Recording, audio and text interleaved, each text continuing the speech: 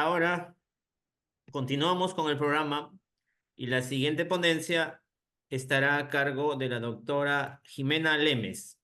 Doctora Jimena Lemes se encuentra en sala. Ya la veo. Hola, a ver si me escuchan. ¿Me escuchan? Sí, sí, sí, muy bien. Muy bien. Voy a presentar a la doctora.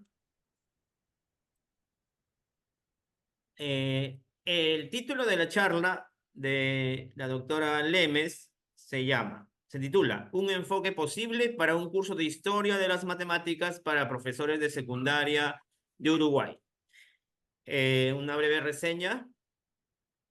La doctora Lemes es profesora de matemática, egresada del Instituto de Profesores Artigas, Uruguay.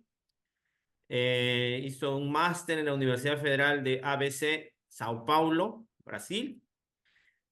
Luego culminó sus estudios de doctorado en la Universidad de Lille, Francia. En la actualidad es docente de matemáticas en la Universidad de Lille y como responsable del curso de Historia de las Matemáticas para el diploma en matemáticas del Consejo de Formación en Educación y la Universidad de la República Uruguay. Su área de investigación es la historia de las matemáticas en la formación de profesores de matemática de Uruguay. Doctora Lemes, usted cuenta con 50 minutos para su charla y 10 minutos para las consultas del público. Queda en uso de la palabra, doctora Lemes. Bueno, muchísimas gracias por la invitación. Felicitaciones a Ximena porque realmente su ponencia fue increíble, me encantó, me quedé con mucha curiosidad y muchas preguntas, así que capaz que hasta les mando un mail luego. Muy, muy interesante, la verdad. Bueno, ahora parece chiquito mi presentación comparada con su presentación, pero bueno, vamos a compartir. A ver si ven ahí mi PDF. Sí se puede ver. Sí, se ve todo bien. A ver si cambia de... Si lo puedo poner un poquito. Bueno, igual ahí lo ven, me imagino. Y cuando cambio de diapositiva, ¿lo ven también que estoy cambiando? Ah, No sé, ahora sí ahí. cambió. Ok, perfecto. Entonces, bueno, justamente eso, este es el título que le había puesto. Creo que cambió una palabra nada más, pero es un abordaje posible para este curso de historia que trabajamos con el público, que son profesores de secundaria en Uruguay. Entonces, la organización de esta presentación, voy a conversar un poquito, presentar un poquito de qué es, de qué se trata este diploma ANEP-UDELAR, de qué se trata justamente el curso en sí mismo, en cuánto tiempo dura, quién es el público, cuál es la experiencia que voy a presentar acá, la evaluación que hago y unas consideraciones finales como resultado de esta experiencia que les voy a presentar. Bueno, en particular este curso que se dicta en Uruguay es en el contexto de egresados de los institutos de formación de profesores uruguayos. Y bueno, y también pueden ser egresados de cursos de matemática de la Universidad de la República, y hago la diferencia porque para nosotros ser matemático y hacer investigación en matemática no es lo mismo que ser profesor de matemática de secundaria, entonces son organismos diferentes. Y bueno, el público de este diploma pueden llegar a ser estos dos públicos, digamos. Fundamentalmente trabajamos con egresados de formación docente, o sea que son en general ya profesores de matemática. El objetivo de este diploma en el que yo participo con este curso es formar futuros formadores de profesores de matemática, o sea que ellos ya son profesores de matemática en secundaria o tal vez en formación docente, pero hacen esta especialización que es más o menos el equivalente a un máster, a una maestría, bueno, con el objetivo de especializarse en la formación de los futuros docentes de matemática. La modalidad del diploma, es decir, hay materias que son presenciales y otras que son a distancia, como la mía es exclusivamente a distancia, lo que me permite estar en Francia actualmente, seguir trabajando en esta disciplina y de esta manera, totalmente gratuito para nosotros, porque bueno, en general también es una aclaración que tengo que hacer porque en Uruguay lo público es gratuito y no es así, no es el caso en otros lugares, entonces lo aclaro porque es muy, para mí es bastante importante saber que, bueno, como profesor de educación secundaria, ellos pueden acceder sin tener que pagar matrícula, ni inscripciones, ni nada, y tener este diploma. Y bueno, la duración son 2 años, en general son 3 semestres de cursos y un semestre que es la tesina, en la que se hace la memoria, que puede ser en matemática, a profundizar algún área de matemática pura, digamos, o si no, en el área de didáctica, en donde también ya hicimos algunas propuestas para trabajar con la profundización de historia. Pero bueno, todavía no hemos entrado en ese terreno. La inscripción, como bueno, ustedes saben que Uruguay es un país que tiene una densidad de población bastante pequeña, la inscripción se hace cada 2 años, entonces tenemos una cohorte más o menos de 50, 40 estudiantes por año, bueno, cada 2 años, y actualmente estamos en la quinta generación de este diploma. Ok, bueno, entonces ahora voy a entrar en lo que es el curso en sí mismo y cómo lo organizo. ¿Ok? Tengo bastante libertad para organizar el curso como lo entienda más conveniente, entonces voy haciendo evoluciones en lo que es en lo que ha sido estas 4 veces que ya he trabajado con este curso. Bueno, nada, son esas 8 semanas en el segundo semestre que trabajo con el curso y son bastante intensas según mis estudiantes. Como decía, el público, más o menos, como los repartimos con otras disciplinas también, son 14 cursillistas que son egresados, etcétera, y ellos ya tienen cierta experiencia como profesores de secundaria. O sea que digamos, la parte de cómo preparar una clase, secuencias didácticas, gestión de la clase, todo eso ya lo manejan muy bien porque tienen experiencia y lo que hacen ahora es profundizar en esta parte de cómo gestionar o cómo aproximarse a lo que es la historia de la matemática para trabajarlo con futuros profesores, que es lo que yo me enfoco más en este curso, o bien lo pueden adaptar para las clases de secundaria también, por supuesto, porque en general, bueno, trabajan en los dos ambientes, digamos, en los dos subsistemas. Sí, una particularidad, justo lo que quería comentar acá en esta parte, es que hay varios de estos cursillistas que como tienen diferentes edades, porque se anotan en el momento que más les parece adecuado para su carrera, algunos tuvieron la disciplina de Historia de la Matemática durante su formación y otros en realidad no la tuvieron. Como yo, por ejemplo, soy de una generación en la que no tuve Historia de la Matemática. Estamos hablando también de que la formación es una formación bastante homogénea porque en todo el país actualmente la formación docente se hace la pública hablo, exclusivamente con un sistema único, entonces todos tenemos las mismas disciplinas. Lo que pasa es que hubo algunas reformas que modificaron el currículum. Entonces, bueno, eso por un lado. Y después hay una universidad que justo propone también una formación como profesor de matemática, pero la verdad que ahí ya no sé, no sabría decirles si propone el curso o no de historia de la matemática. Y bueno, y en particular me enfoco en esos dos objetivos, en este curso que dura 8 semanas y que va súper rápido, ¿no? Reflexionar sobre la potencialidad de la historia en los cursos de matemática de formación de profesores y desarrollar una secuencia didáctica para una disciplina matemática específica como parte de la formación de profesores. Es decir que, bueno, ahí me enfoco, digamos, en lo que es el futuro profesor de matemática. Estos cursillistas, ellos tienen que estar ya pensando en que van a ser formadores. Entonces, ¿cómo hacemos para introducir historia de la matemática en una matemática específica? Hablemos de análisis, de geometría, de topología, de álgebra, álgebra lineal. ¿Cómo hago para integrar historia de la matemática en esos cursos? Porque justamente yo parto de la base que lo interesante de este tipo de curso es que podamos integrar justamente historia en las materias que son específicas, porque dictar un curso de historia de la matemática independiente de lo que es la matemática en sí misma y en los cursos de matemática específica, hace como que esa fragmentación no me permite al mismo tiempo, en tanto futuro profesor de secundaria, integrarla en mis cursos. No sé si me explico, pero bueno, ya van a entender lo que digo poco a poco a medida que vaya avanzando.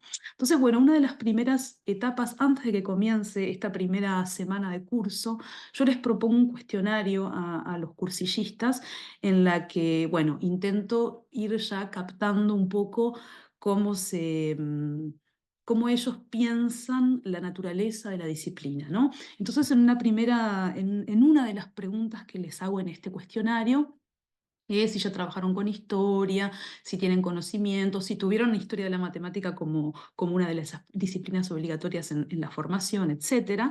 Bueno, acá lo voy a leer para que lo lean conmigo, pero también es porque quiero captar un poquito qué es lo que ellos consideran que es la naturaleza de la disciplina matemática, ¿no? Entonces David Hilbert fue uno de los matemáticos más influyentes del siglo XX, la famosa lista de problemas que presentó en 1900 en la Sorbona durante el Congreso Matemático Internacional motivó gran parte del desarrollo de las matemáticas en el siglo pasado. El propio Hilbert realizó importantes contribuciones a muchas áreas de la matemática: álgebra, geometría, análisis funcional, física, etc. A lo largo de su vida demostró una fe inquebrantable en la fiabilidad de la inferencia matemática, como demuestran estas frases. Las paradojas nos colocan en una situación absolutamente intolerable. ¿Dónde podemos buscar la certeza y la verdad si el propio pensamiento matemático falla? La tesis de que todo problema matemático tiene solución es compartida por todos los matemáticos. En matemática no hay ignorabimus. En 1930, en una conferencia en Königsberg, pronunció la frase que también figura en su lápida: Wir müssen wissen, wir werden wissen. Debemos saber, sabremos. Hilbert dedicó su vida a eliminar definitivamente todas las dudas sobre la certeza en matemáticas. Y entonces lo que hago luego es preguntarles qué es lo que ellos piensan y si creen que las preguntas fueron estas, ¿no? Algunas de las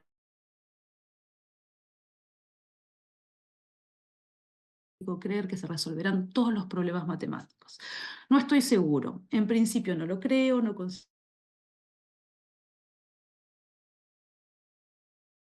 estaba obsesionado con las matemáticas. Considero que siempre hay una certeza en las matemáticas.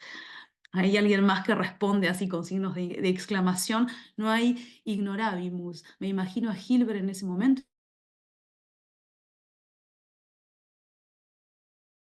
Contradicciones y zonas grises, comparto su forma de pensar. Si un problema o situación matemática está bien planteado, siempre tiene una o más soluciones. Entonces, para que ustedes vean un poquito esta etapa en la que más o menos voy captando cómo los estudiantes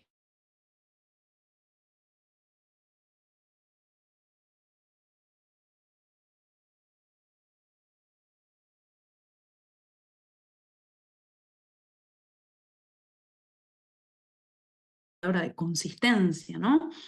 Hablando sobre la axiomática, pero otros, bueno, esa pregunta parece que no los choca demasiado y siguen como con la idea de que la matemática puede responder absolutamente a todas las preguntas.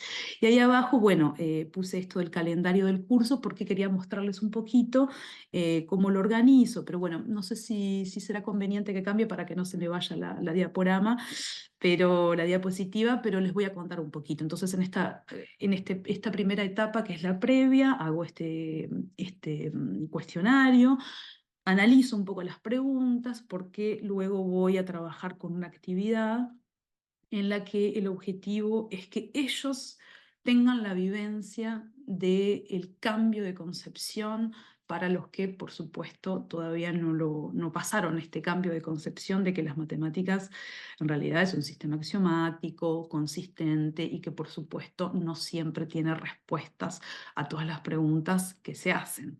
En ese sentido, bueno, me voy a concentrar en una de las semanas, me concentro en esta actividad que les voy a mostrar ahora, porque si no luego no me va a quedar tiempo, así que prefiero no mostrarles el calendario. Si igual hay alguien que tenga intención de ver cómo organizo el curso, luego puedo venir y explicar esa parte, ¿ok?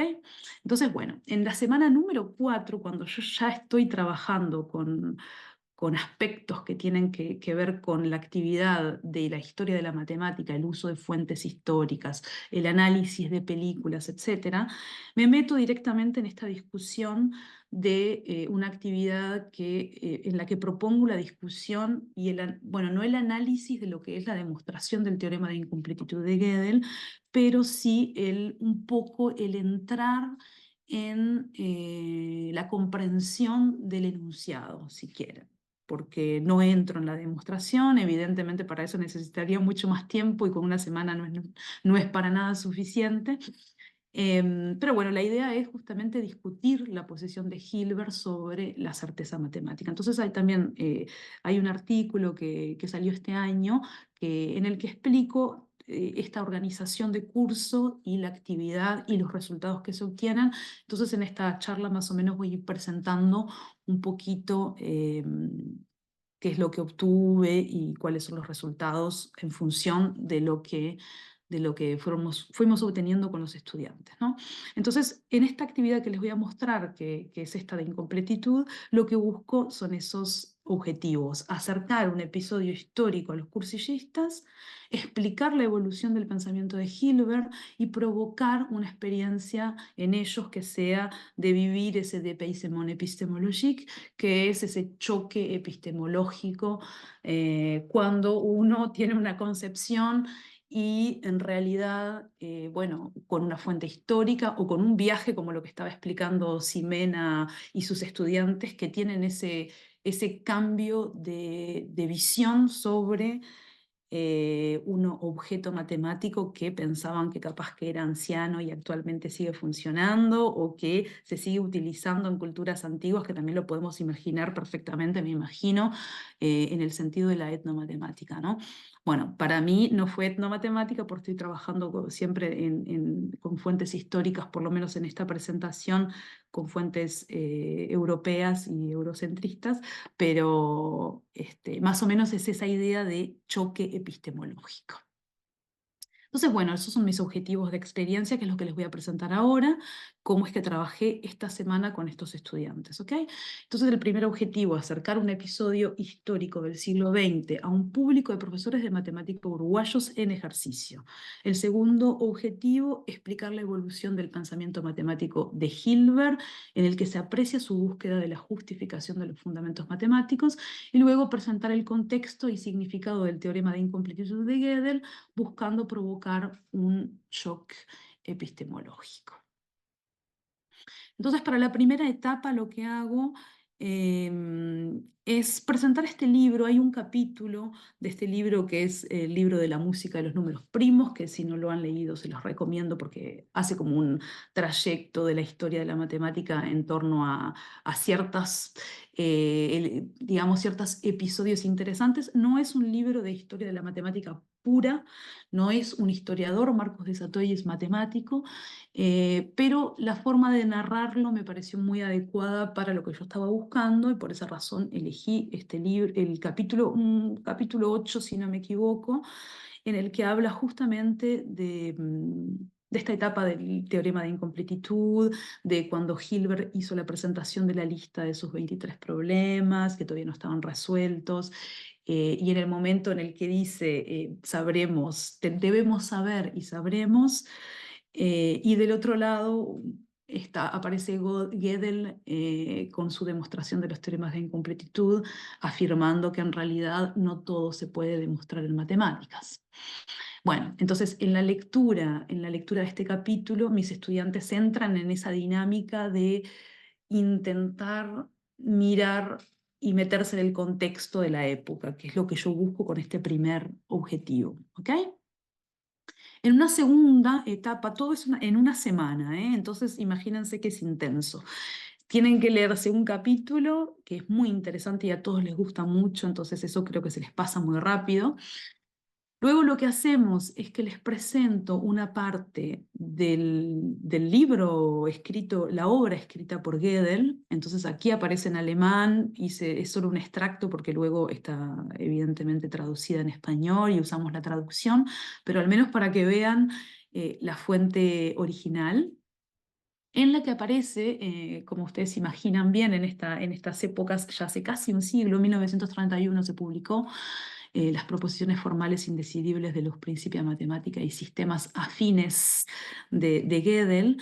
En este libro, él también presenta un poco de este espíritu matemático, si se puede decir de alguna manera, que se los voy a también compartir para que entiendan un poco el contexto de lo que se estaba viviendo. Como sabemos, el desarrollo de las matemáticas hacia una mayor precisión ha llevado a formalizar grandes áreas de las mismas y de tal manera que pueden demostrarse utilizando solo unas pocas reglas mecánicas.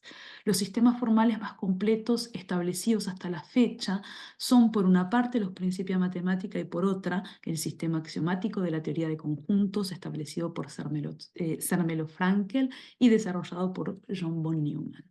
Estos dos sistemas son tan amplios que todos los métodos de demostración utilizados actualmente en matemáticas se formalizan en ellos, es decir, se reducen a unos pocos axiomas y reglas de inferencia. Por tanto, podríamos suponer que estos axiomas y reglas de inferencia son suficientes para decidir cualquier cuestión matemática que pueda expresarse formalmente en estos sistemas. En lo que sigue, mostraremos que no es así y que por el contrario hay problemas relativamente sencillos relativos a la teoría de los números enteros en estos dos sistemas que no pueden decidirse sobre la base de estos axiomas. Entonces ahí Gödel más o menos está diciendo, bueno, no todas las preguntas en matemática tienen una respuesta. Entonces aquí les voy a mostrar algunos de los resultados que obtuve con esta actividad que propuse, que es este primer objetivo de acercar el episodio histórico a los cursillistas, que es lo que yo pude obtener con esta actividad. Porque hacemos foros de discusión, ¿no? Esto como se hace a distancia y en línea, es asincrónico, ¿no? Entonces, también la utilización de la plataforma con la que trabajamos en Uruguay en estos cursos es muy útil porque queda todo registrado y luego yo puedo venir a tomar los comentarios que ellos hacen, las discusiones que tienen entre ellos, que se van aclarando también diferentes puntos de vista, ¿no?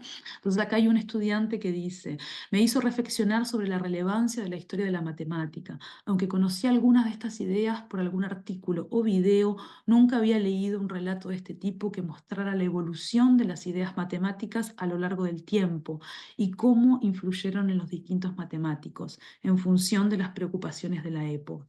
Esta perspectiva histórica muestra claramente cómo los prejuicios, la cultura, la tecnología de la época influyen en la construcción de las matemáticas. Entonces, bueno, aquí podríamos decir que este estudiante logró tener esta aproximación al contexto desconocido, evidentemente. Es un estudiante moderno, actual, que se está aproximando a un episodio histórico que se desarrolló hace casi un siglo, ¿no?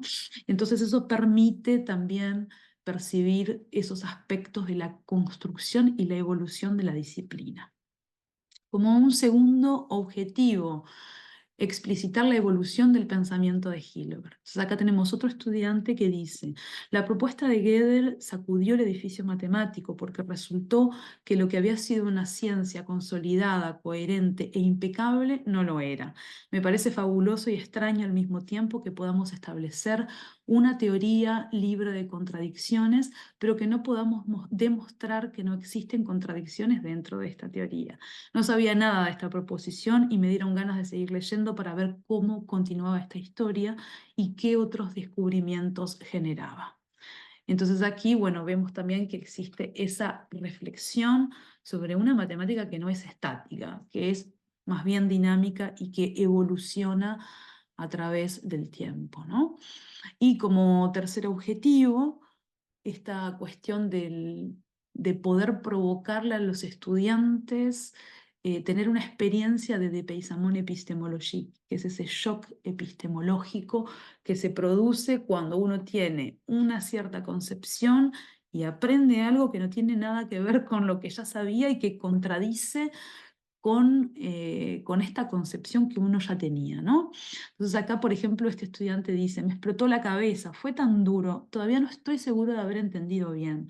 Lo que hizo fue revolucionario y polémico. En nuestra propia educación seguimos estudiando las matemáticas como una estructura que reposa sobre bases sólidas y seguimos transmitiendo la idea, o al menos no la negamos, de que las matemáticas lo explican todo y que todo se puede demostrar a partir de un buen sistema axiomático. Bueno, por supuesto que sí, en parte es cierto, pero también existen esos agujeros en el sistema axiomático que van a impedir que todo tenga una respuesta, ¿no? Entonces, creo que es a eso más que se refiere este estudiante y por eso yo lo identifiqué